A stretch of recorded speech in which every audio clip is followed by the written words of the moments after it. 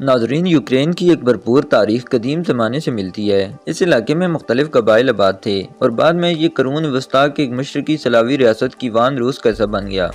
13ویں صدی میں منگول سلطنت نے کیوان روس کو فتح کیا، جس کے نتیجے میں خطے میں منگول حکمرانی کا دور شروع ہوا۔ 17ویں صدی میں کوسیک ہیٹمنیٹ کا عروج دیکھا گیا، ایک نیم خود مختار ریاست جس میں کوسیک کی مضبوط فوج روایت تھی۔ زیپوروزین کوسیکس نے یوکرین کی تاریخ میں اہم کردار ادا کیا۔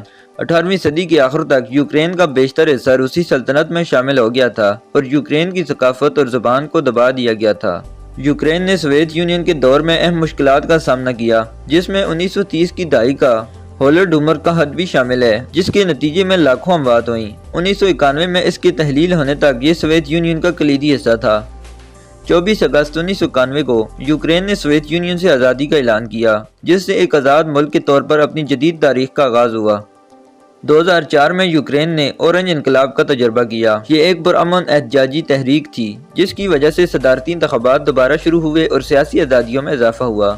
2014 سے یوکرین کو اپنے مشرقی علاقوں ڈونیٹسک اور لوہانسک میں جاری تنازعات کا سامنا ہے۔ ناظرین، یوکرین زمینی رقبے کے لحاظ سے مکمل طور پر یورپ کا سب سے بڑا ملک ہے، جو تقریباً 6,35,000 مربع کلومیٹر پر محیط ہے۔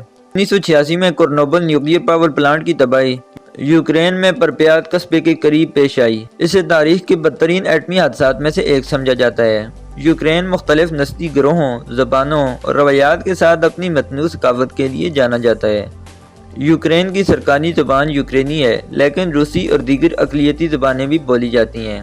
یوکرین کو اس کی زرخیز مٹی، گندم اور مکئی سمیت اہم زرعی پیداوار کی وجہ سے اکثر یورپ کی روٹی باسکٹ کہا جاتا ہے۔ یوکرین میں ایک قابل ذکر خلائی صنعت ہے اور وہ سوویت خلائی پروگرام کے بانی اراکین میں سے ایک تھا۔ یہ خلا سے متعلق سرگرمیوں میں شامل رہتا ہے۔ یہ ملک کارپیتھین پہاڑوں، بحیرہ اسود کی ساحلی پٹی اور کرائمیا کے خوبصورت خطے سمیت دلکش مناظر کا حامل ہے۔ یوکرین کے پاس ایک بھرپور ثقافتی ورثہ ہے۔ یوکرین نے پولینڈ کے ساتھ UEFA یورپی فٹ بال چیمپئن شپ کی مشترکہ میزبانی کی، جس نے بڑے بین الاقوامی مقابلوں کی میزبانی کرنے کی اپنی صلاحیت کا مظاہرہ کیا۔ ملک کو آزادی ملنے کے بعد سے معاشی چیلنجز اور سیاسی بحران کا سامنا ہے۔ بدعنوانی سے نمٹنے اور جمہوریت کو مضبوط کرنے کی کوششیں جاری ہیں۔